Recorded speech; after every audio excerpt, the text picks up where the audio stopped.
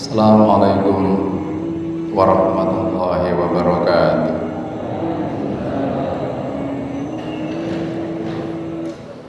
Alhamdulillahilladzi bi ni'matihi tatimmus shalihat. Alhamdulillahilladzi allafa baina qulubina fa asbahna bi ni'matihi ikhwana. Memiliki sikap husnudzon billah, berprasangka baik kepada Allah Subhanahu wa taala. Hadirin kaum muslimin, hafizakumullah.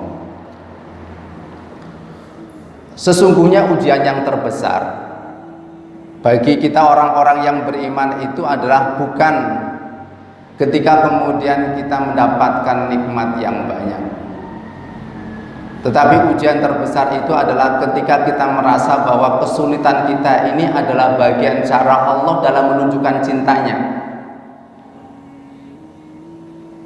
Bahkan ini dikatakan sebagai kualitas iman seseorang, hadirin. Ketika kemudian kita merasa dalam kehidupan kita ini mengalami kesulitan, berbagai macam musibah terus kemudian kita alami, kesulitan terus kita dapatkan itu. Tetapi kemudian kita menyikapinya bahwa ini adalah cara Allah Subhanahu wa taala dalam menunjukkan cintanya. Bahkan ada seorang alim yang mengatakan bahwa ujian apapun yang diberikan oleh Allah Subhanahu wa taala yang dirasa tidak menyenangkan dalam kacamata manusia, maka sesungguhnya itu adalah surat cinta dari Allah. Allah mengirimkan kepada kita surat cintanya. Karenanya orang-orang yang beriman tentu akan menyikapi dengan cara yang berbeda, dengan ilmu yang didasari iman, hadirin. Berbeda dengan orang-orang yang kemudian hatinya kering, dia jauh dari Allah Subhanahu wa taala, hatinya tidak pernah disinari oleh wahyu Allah. Maka yang ada adalah sikap berburuk sangka. Jangankan kepada manusia, bahkan kepada Allah saja dia suudzoni. Kalau Allah saja yang memiliki zat Ar-Rahman Ar-Rahim, sudah kemudian kita buruk sangka kepada Allah, lalu kepada siapa lagi kita bisa mengatakan bahwa ada makhluk Allah Subhanahu wa taala yang berbaik sangka kepada. Ada sebuah syair yang disedangkan misalnya oleh Haji Roma Irama, orang yang paling susah adalah hidup yang di bawah kolong jalan Bantan, makan dari sisi makanan manusia itu. Maka sesungguhnya itu bukan gambaran kenistaan hidup. Karena banyak orang-orang yang justru kemudian ketika bergelimang dengan harta, mereka tidak mendapatkan rasa cintanya dari Allah. Hadirin kaum muslimin, hafizakumullah. Sebutlah sejarah misalnya Nabi Nuh alaihissalam. Bahkan kemudian para ahli menyebutkan sebagai Rasul Ulul Azmi, dengan predikat mulia karena ujiannya yang begitu berat. Itu pun menjadi sebuah pelajaran masa lalu.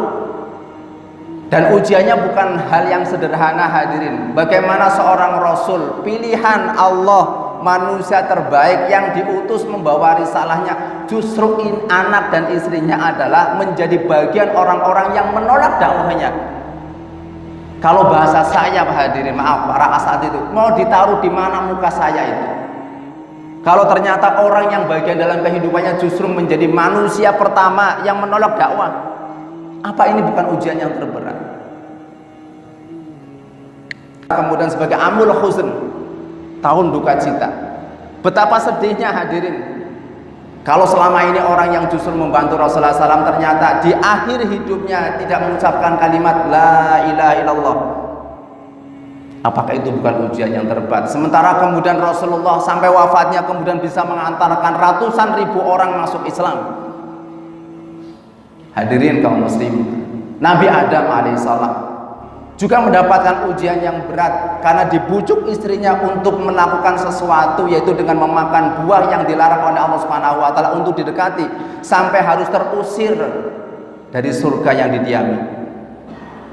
Ini adalah bagian dari sebuah catatan, hadirin rahimakumullah, yang kemudian menjadi pelajaran kalau manusia mulia seperti mereka saja itu bisa mendapatkan ujian yang berat.